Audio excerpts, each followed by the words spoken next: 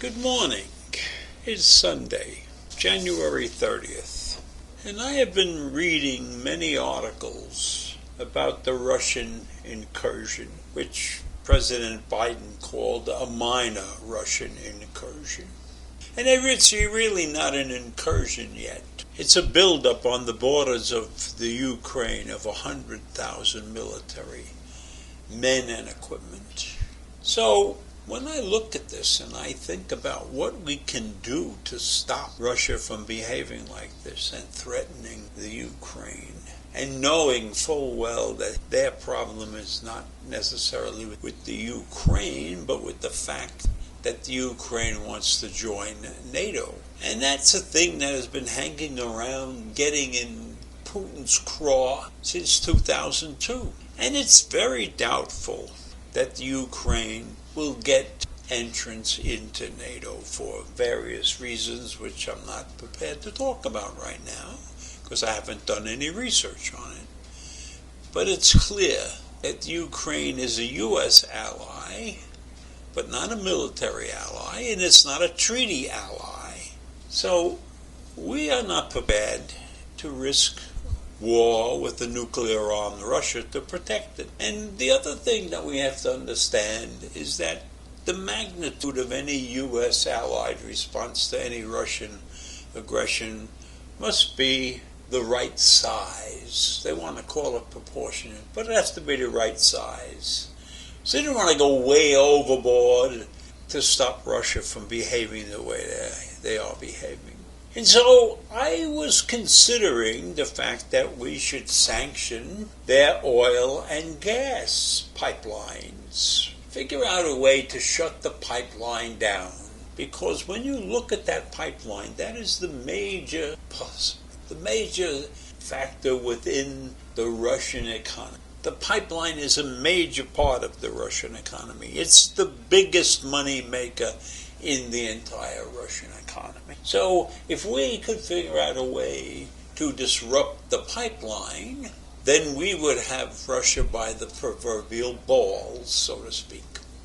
However, if we do anything to that pipeline, slow it down, close it down, we will be affecting many of our allies. But I cannot ignore the fact that Russia makes money from its energy. But it also weakens our capability to attack Putin.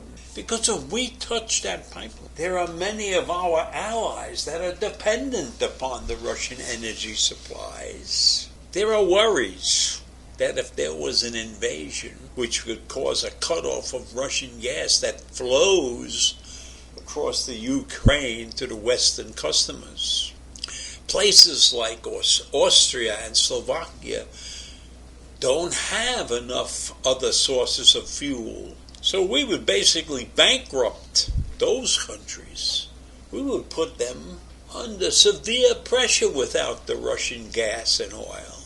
And the Ukraine needs that gas themselves. They need that gas to heat their countries. These are countries that are in a southern type climate. These countries have winter. So no matter what we decide to do, we are screwed because we cannot really upset the Russian pipeline without severely damaging many of our so-called friends in the region. Now, if we had some insurgent groups that ran in, started blowing up pieces of the pipeline, we could nod our head and say we had nothing to do with it, but that would still put a potential disaster in the hands of our allies. So we can't allow this pipeline to get destroyed in any way, shape, or form. See, that's a monumental conundrum. And while I would say let's sanction the pipeline, I see that it's really, really difficult to come up with that solution. But I know there is a solution that we can come up with, but it might take years to put into effect. Because in my mind, why aren't we supplying the gas and oil to our allies? Why aren't we competing against Russia? Why haven't we taken some of our allies in the Middle East? Although those allies are very tenuous.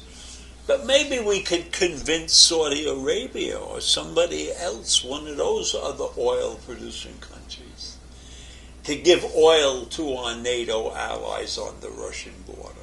Now, Moscow is watching what we're trying to do. And believe me, Moscow is afraid of climate change, too. Because climate change will also reduce the gas and oil supplies that Russia is providing to the rest of the world. So if we can create a huge amount of renewable power, even though it'll take a long time to get there, that might put a big dent in Russia's thinking also. So maybe the thing to do is sit down with Putin and say, look, we're not going to touch your pipeline. We're going to leave you alone. But we're going to do all these other things that are going to make you very, very uncomfortable. Maybe he would listen to that. We have to reverse Russia's powerful hold over those countries in Europe that it supplies gas and oil. Russia supplies more than 40% of gas and oil to the European Union. And Russia depends on these energy exports for 60% of the goods and services the country sells abroad. Then the U.S. and its European Union partners really have to begin an immediate and muscular sanction effort before Russia invades. And we have to focus it on its energy exports and earnings. But I'm not sure how we should do such a thing. So there you have it. This is a major conundrum. There is a solution. The solution will take years to create and enforce. But we've got to start working on it now. This is not one of the things that we can put on the side. So just imagine that. We've got to come up with this plan and get it into action. But we can't even get things settled in our own backyard. That's another major conundrum. So I leave you with those thoughts right now. There's a way to stop this thing, but if we stop it, we'll hurt our allies. So if we let it go, we help our enemies. It's not an easy situation. Anyhow, have a great day, and I'll see you in the morning. Bye.